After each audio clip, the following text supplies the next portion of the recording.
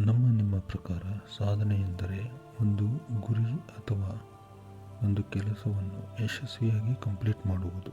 ಸಾಧನೆ ಎಂಬುದು ವ್ಯಕ್ತಿಯಿಂದ ವ್ಯಕ್ತಿಗೆ, ಕ್ಷೇತ್ರದಿಂದ ಕ್ಷೇತ್ರಕ್ಕೆ ಬದಲಾಗ್ತಾ ಇರುತ್ತದೆ.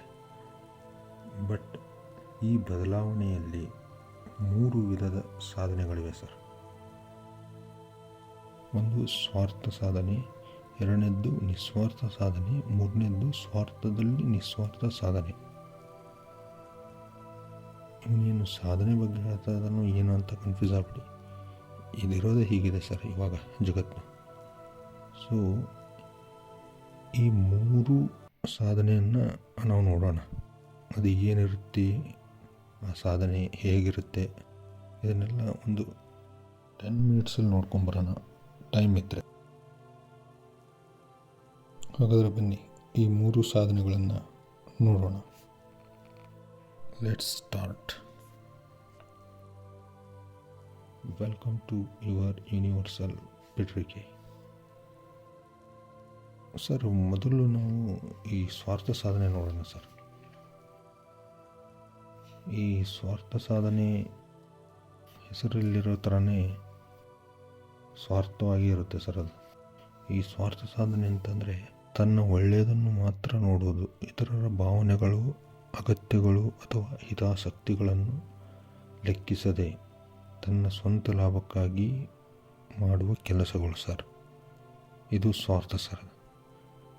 ನಾನು ನಮ್ಮ ಸಮಾಜದಲ್ಲಿರುವ 3 ವರ್ಗಗಳ ಒಂದು ಉದಾಹರಣೆ ಕೊಡ್ತೇನೆ ಸರ್. ನಮ್ಮ ಸಮಾಜಕ್ಕೆ ಪಿಲ್ಲರ್ ಸರ್ ಅವರು. ಆ 3 ಎಕ್ಸಾಂಪಲ್ ನಾನು ಕೊಡ್ತೇನೆ ಸರ್ ಇವಾಗ.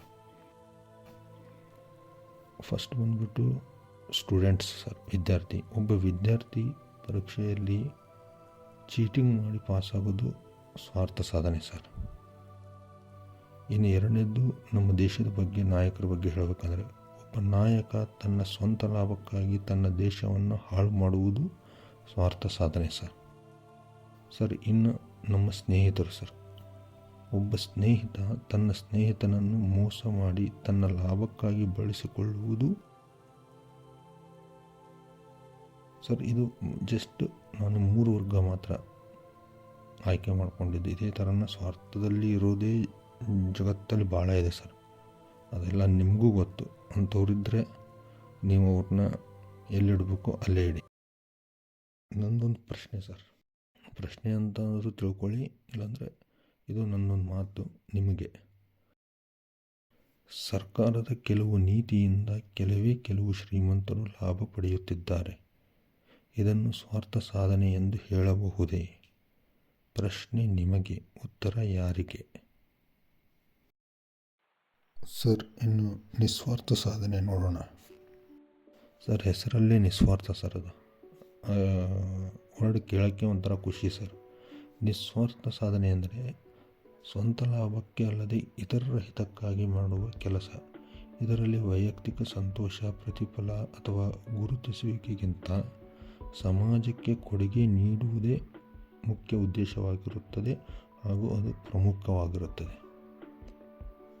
ಸರ್. ಇದರ ಎಕ್ಸಾಂಪಲ್ ಹೇಳಬೇಕು ಅಂತಂದರೆ ಸಮಾಜ ಸೇವೆ, ಬಡವರಿಗೆ ಸಹಾಯ, ಪರಿಸರ ಸಂರಕ್ಷಣೆ, ಶಿಕ್ಷಣದಲ್ಲಿ ತಮ್ಮನ್ನು ತಾವು ತೊಡಗಿಸಿಕೊಂಡು ಇತರರಿಗೆ ಸಹಾಯ ಮಾಡುವುದು.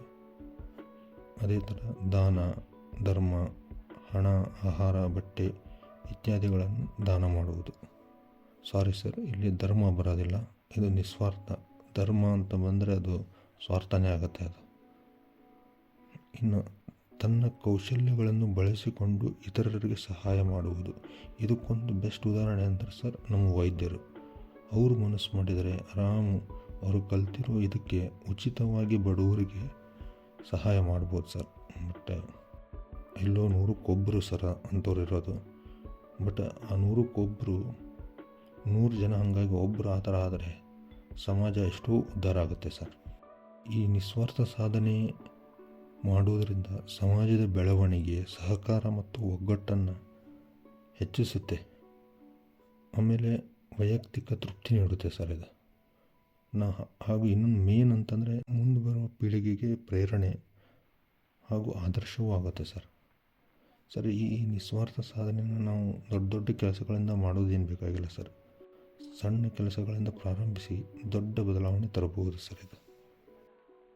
ಸರ್ ಈ ನಿಸ್ವಾರ್ಥದ ಬಗ್ಗೆ ಹೇಳಬೇಕು ಅಂತಂದರೆ, ನಿಸ್ವಾರ್ಥ ಸಾಧನೆಯು ವಯಸ್ಸು, ಧರ್ಮ ಅಥವಾ ಸಂಪತ್ತಿಗೆ ಸಂಬಂಧಪಟ್ಟಿದ್ದಲ್ಲ.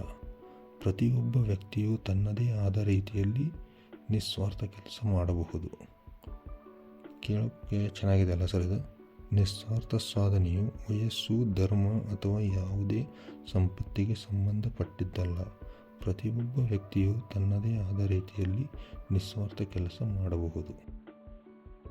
ಸ್ವಲ್ಪ ನಿಸ್ವಾರ್ಥ ಸಾಧನೆಯನ್ನು ಬೆಳೆಸ್ಕೊಳ್ಳೋಣ ಸರ್ ಎಲ್ಲರೂ. ಸರ್ ಇನ್ನು ಕೊನೆಯದು, ಇದು ನೀವು ಕೇಳಿರ್ತಿರಲ್ಲೋ ಗೊತ್ತಿಲ್ಲ, ಬಟ್ ಇದಂತೂ ಹುಟ್ಟಿದೆ ಸರ್. ನಿಸ್ವಾರ್ಥದಲ್ಲಿ ಸ್ವಾರ್ಥ ಸಾಧನೆ. ಏನಿದು? ಸ್ವಾರ್ಥನೂ ಅಂತಾನೆ, ನಿಸ್ವಾರ್ಥನೂ ಅಂತಾನೆ, ನಿಸ್ವಾರ್ಥದಲ್ಲಿ ಸ್ವಾರ್ಥ ಸಾಧನೆ ಅಂತಾನೆ. ಏನು ಅರ್ಥ ಆಗ್ತಾ ಇಲ್ಲ ಅಲ್ಲ? ಬಟ್ ಇದು ಚೆನ್ನಾಗಿದೆ, ಕೇಳಿ ಸರ್ ಅಲ್ಲಿ. ಸರ್ ನಿಸ್ವಾರ್ಥದಲ್ಲಿ ಸ್ವಾರ್ಥ ಸಾಧನೆ ಎಂಬ ಈ ಪರಿಕಲ್ಪನೆಯೇ ಸ್ವಲ್ಪ ವಿರೋಧಾಭಾಸವಾಗಿ ತೋರಬಹುದು ನಿಮಗೆ, ಏನು ಸರ್? ನಿಸ್ವಾರ್ಥ ಎಂದರೇನು? ಸ್ವಂತ ಲಾಭವನ್ನು ಬದಿಗಿಟ್ಟು ಇತರರ ಕಲ್ಯಾಣಕ್ಕಾಗಿ ಕೆಲಸ ಮಾಡುವುದು ನಿಸ್ವಾರ್ಥ, ಹೌದಾ? ಆದರೆ ಸ್ವಾರ್ಥ ಎಂದರೆ ಸ್ವಂತ ಹಿತವನ್ನು ಮಾತ್ರ ಗಮನಿಸುವುದು.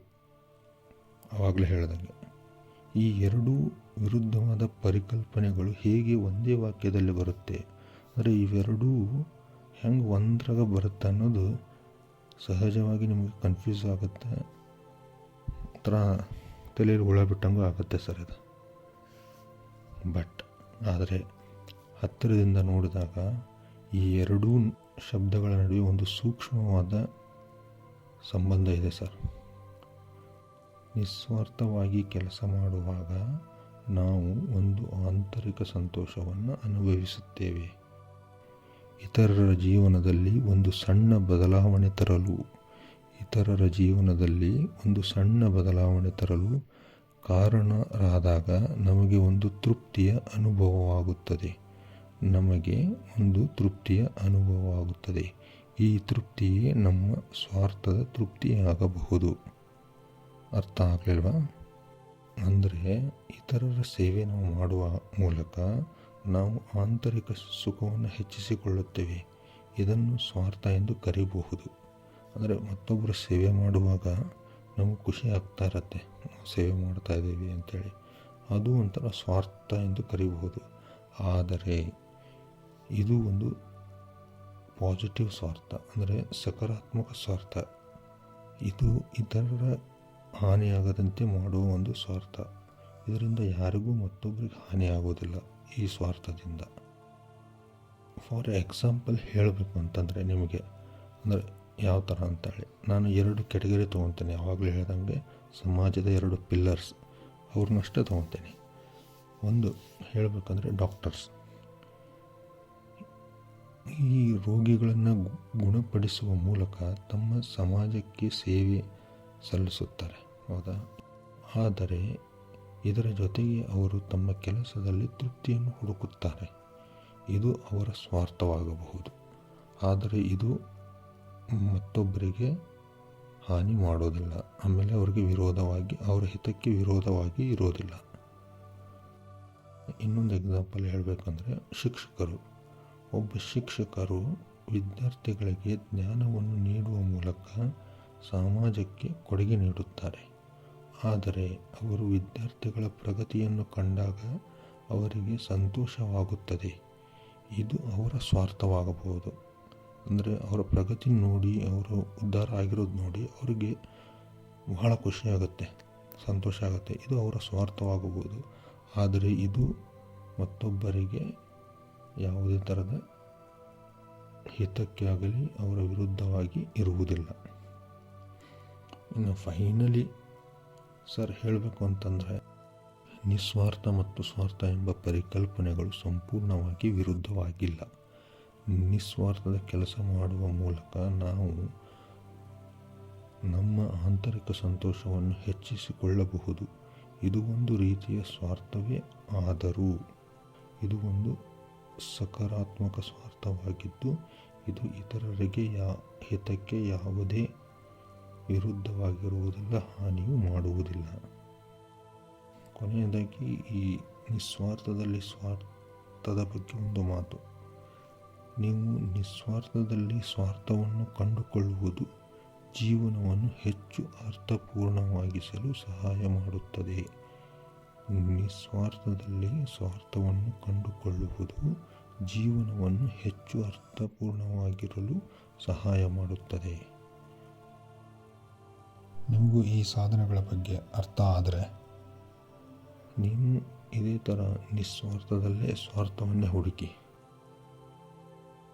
Knowledge is everything. ಧನ್ಯವಾದಗಳು. ನಿಮ್ಮ ಯೂನಿವರ್ಸಲ್ ಪೆಟ್ರಿಕೆ.